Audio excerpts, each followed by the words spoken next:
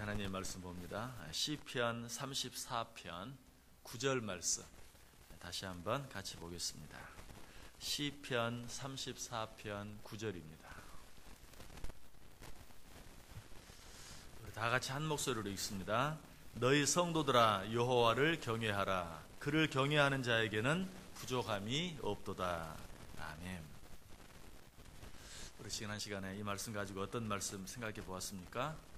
여호와를 경외하는 자, 여호와를 경외하는 자는 그 어떤 것에도 부족함이 없다 하는 것 생각해 보았어요. 너희 성도들아 여호와를 경외하라. 그를 경외하는 자에게는 부족함이 없도다. 그렇습니다. 천지를 창조하신 우리 하나님, 그리고 그것을 지금도 마음대로 다스리고 계신 우리 하나님, 그 하나님을 경외하며 사는 자들은 부족함이 없어요. 창세기 1장 1절이 뭐라고 말합니까? 태초에 하나님이 천지를 창조하시니라. 하나님이 이 세상 모든 것을 만드셨어요. 만들기만 하셨나요? 아니죠. 그것들을 지금도 그 손으로 붙드시고 다스리고 계시고 운행하고 계세요. 히브리서 1장 3절이 말해요. 이는 하나님의 영광의 광채시요 그 본체의 형상이시라. 그의 능력의 말씀으로 만물을 붙드신다. 그의 능력의 말씀으로 만물을 지금도 붙드셔서 다스리시고 운행하고 계세요. 천지를 창조하셨을 뿐만 아니라 그것들을 마음대로 다스리시는 그 하나님, 그 하나님을 경외하는 자는 그러므로 부족함이 없는 것입니다. 이 세상에 이 하나님으로 말미암지 않고 스스로 생긴 것은 아무것도 없어요. 요한복음 1장 3절이 말합니다. 만물이 그로 말미암아 지은 바 되었으니 지은 것이 하나도 그가 없이는 된 것이 없느니라. 로마서 11장 36절도 이는 만물이 주에게서 나오고 주로 말미암고 주에게로 돌아갑니다. 그에게 영광이 세세에 있을지어다. 만물이 다 그에게서 나와서 만물이 다 그에게로 돌아가는 것이다 라고 이야기하고 있어요. 무슨 말이에요? 여호와 하나님이 만물의 주인이시라는 것이, 여호와 하나님으로부터 나오지 아니한 것이 아무것도 없고 여호와 하나님의 것이 아닌 것이 아무것도 없다. 그러므로 만물의 주인 되신 이 여호와 하나님을 경외하며 사는 자에게는 부족함이 있을 수가 없는 것이, 만물의 주인, 만물을 만드셔서 그것들을 마음대로 다스리시는, 그래서 만물의 주인 되신 그 하나님을 경외하며 사는 자는 그 어떤 것에도 부족함이 있을 수 없다. 그렇다면 이 세상에 사는 사람들 가운데 부족함을 느끼는 사람은 왜 그럴까요? 경외의 대상을 잘못 삼았기 때문에 그래요. 만물을 창조하시고 만물을 다스리시고 만물의 주인 되시는 하나님을 경외하면 부족함이 있을 수가 없는데 왜 우리가 이 세상을 살아가면서 부족함을 느끼는가? 경외의 대상을 잘못 삼았기 때문에 그런다는 것이. 무엇을 경외의 대상으로 삼고 살아갑니까? 어떤 사람은 뭐니 해도 머니가 최고다. 물질을 경외의 대상으로 삼고 살아가요.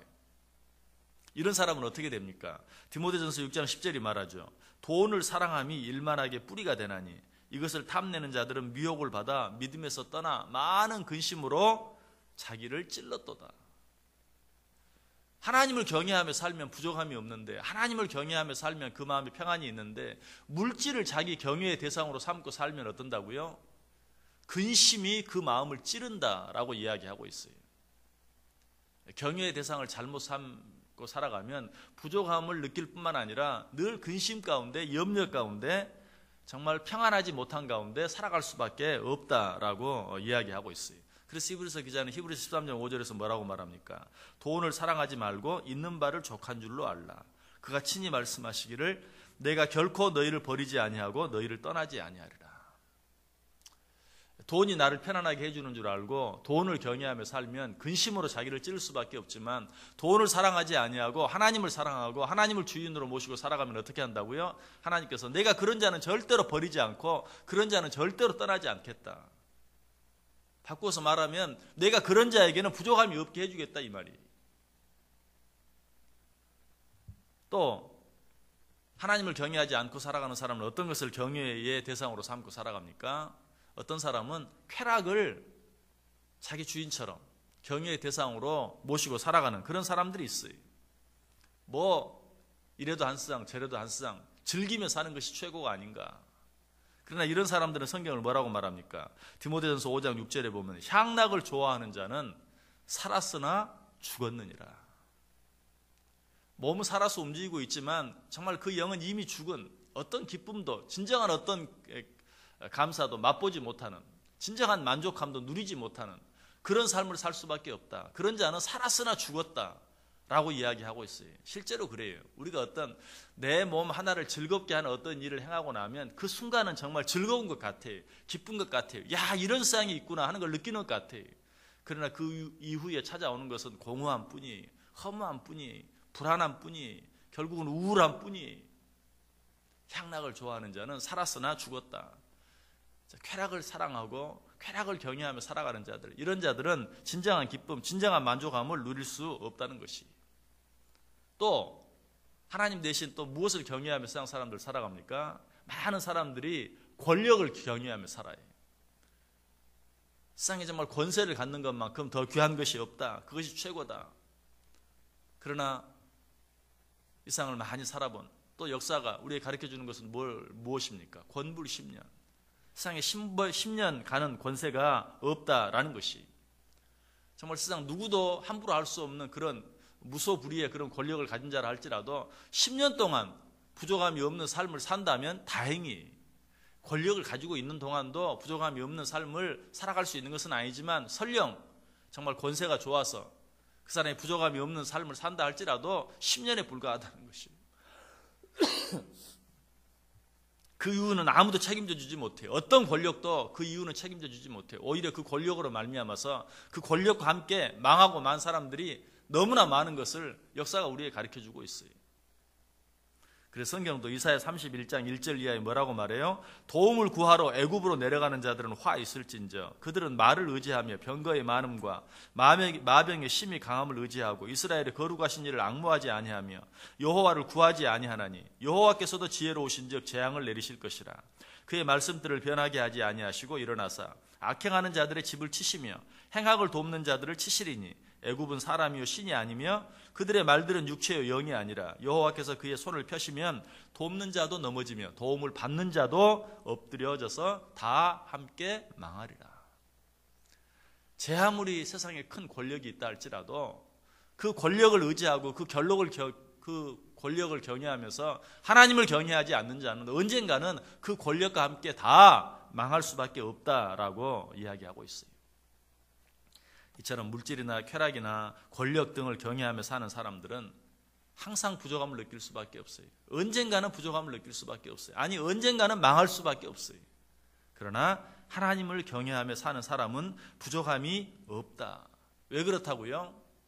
하나님은 모든 것의 주인이 되시기 때문에, 하나님은 모든 소유의 근원이 되시기 때문에, 그 하나님을 내 주인으로 모시고 사는 자들은 절대로 부족함이 있을 수 없는 것이. 자, 아버지가 부자인 자식들, 사실은 지금 자기의 것은 아무것도 없어요. 그 아버지가 이 세상을 떠나기 전까지는 자기 것은 없는 거예요. 그럼에도 불구하고 아버지가 부자인 자녀들은 부족함이 없이, 부족함을 느끼지 않고 살아갈 수 있어요. 비록 내 것은 아무것도 없다 할지라도 내 아버지가 모든 것을 가졌기 때문에 그 자녀들은 부족함이 없이 살아갈 수 있어요. 이 사실은 또 어머니의 품에 안긴 어린아이를 통해서도 알 수 있어요. 어린아이가 어머니가 자기 옆에 없는 것을 알고 자지러지게 웁니다. 옆에 있는 사람들이 그를 달려보려고 애를 씁니다. 뭐 안아줘 보기도 하고 흔들어줘 보기도 하고 기저귀가 젖었나 하고 기저귀를 갈아줘 보기도 하고 배가 고픈가 하고 젖을 물려보기도 하고 다 하지만 이 아이는 울음을 그치지 않아요. 이 아이 울음이 언제 그쳐집니까? 엄마가 자기 앞에 나타나서 그 아이를 안아줄 때 비로소 이 아이는 울음을 그치는 것이. 울음을 그치는 정도가 아니죠. 눈에 눈물도 채 마르지 않게 그냥 웃어요. 살려한 기저귀는 그냥 똥 오줌에 절어서 푹 쳐져 있다 할지라도, 배가 너무 고파서 배가 등가죽에 붙어 있다 할지라도 눈에 보이지 않던 엄마가 나타나서 자기 앞에 나타나고 자기를 안아주기만 하면 어때요? 세상 모든 것을 얻은 것처럼 얼굴에 눈물도 마르지 않았지만 웃을 수 있다는 것이, 미소를 지을 수 있다는 것이, 이것이 엄마의 품에 안긴 아이의 모습이죠. 마찬가지 우리도 설령 정말 기저귀가 젖어 있고 배가 등가죽에 붙어 있는 그런 상황 가운데 있다 할지라도 이 아이가 웃을 수 있는 것처럼, 모든 것을 얻은 것처럼 안도의 숨을 내쉴 수 있는 것처럼 우리도 마찬가지라는 것이죠. 세상적으로, 물질적으로, 쾌락을 누리는 일에 있어서, 권력을 누리는 일에 있어서 부족하다 할지라도 만물을 창조하시고 만물을 다스리시는, 그래서 만물의 주인 되시는 하나님이 내 곁에 있는 것을, 정말 그 하나님을 내 곁에 모시고 사는 자들은 그 어떤 부족함도 누리지 않는다. 몇 번 들었던 이야기가 있죠.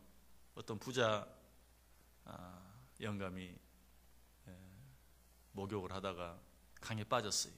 물에 막 떠내려갑니다. 마치 나무를 하던 나무꾼 청년이 이 영감을 건져내 줍니다.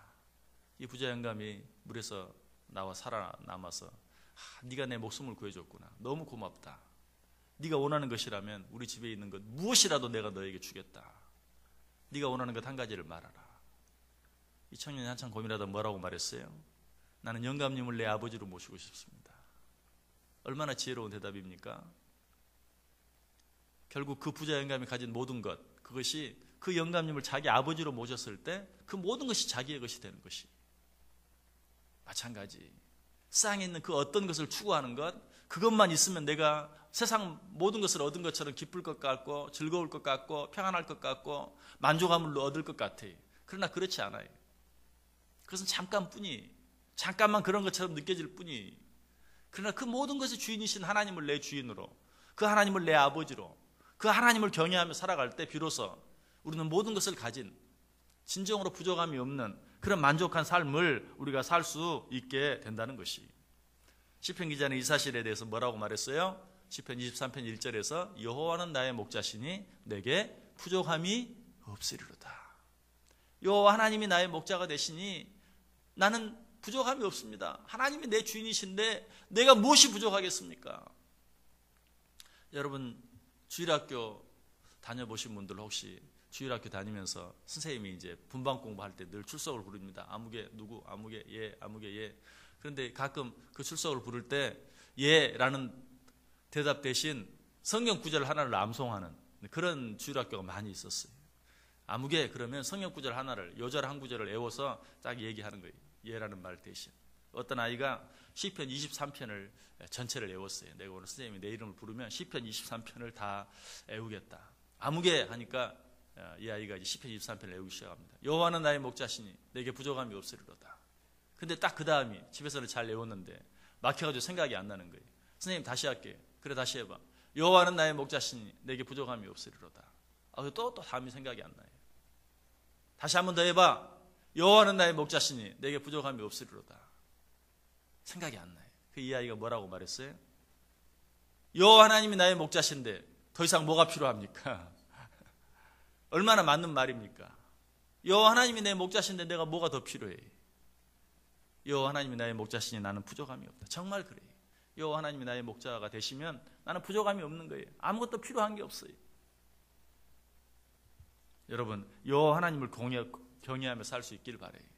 이 어린 아이가 비록 성경 구절이 뒷구절이 다 생각이 나지 않아서 했지만 여호와 하나님이 나의 목자신데 내게 무엇이 더 필요합니까? 이 고백이 저와 여러분의 고백이 될 수 있기를 원합니다. 정말 그렇게 살아갈 때만 우리는 일상 살아가면서 부족함이 없는 삶을 살 수 있어요. 일상 그 어떤 것을 얻어도, 일상에 있는 100개 가운데 99개를 얻는다 할지라도 그 얻지 못한 하나 때문에 우리는 참 만족을 누릴 수가 없어요. 참 기쁨을 누릴 수가 없어요. 오직 만물의 주인이신, 만물이 그에게로부터 나와서 그에게로 돌아가는 그 하나님을 내 주인으로 온전히 모시고 살아갈 때만 참 만족함이 있다. 부족함이 없는 삶을 살 수 있다. 그래서 시편 144편 15절에서 이러한 백성은 복이 있나니 여호와를 자기 하나님으로 삼는 백성은 복이 있도다. 진정한 복은 다른 것이 아니에요. 여호와 하나님을 나의 하나님으로 삼는 자, 이런 자가 복이 있다. 이 사실을 오늘 본문은 뭐라고 말하고 있어요? 너희 성도들아 여호와를 경외하라. 그를 경외하는 자에게 부족함이 없도다. 너희 성도들아, 어제 아침에 말씀드렸어요. 성도들의 가장 기본적인, 가장 근본적인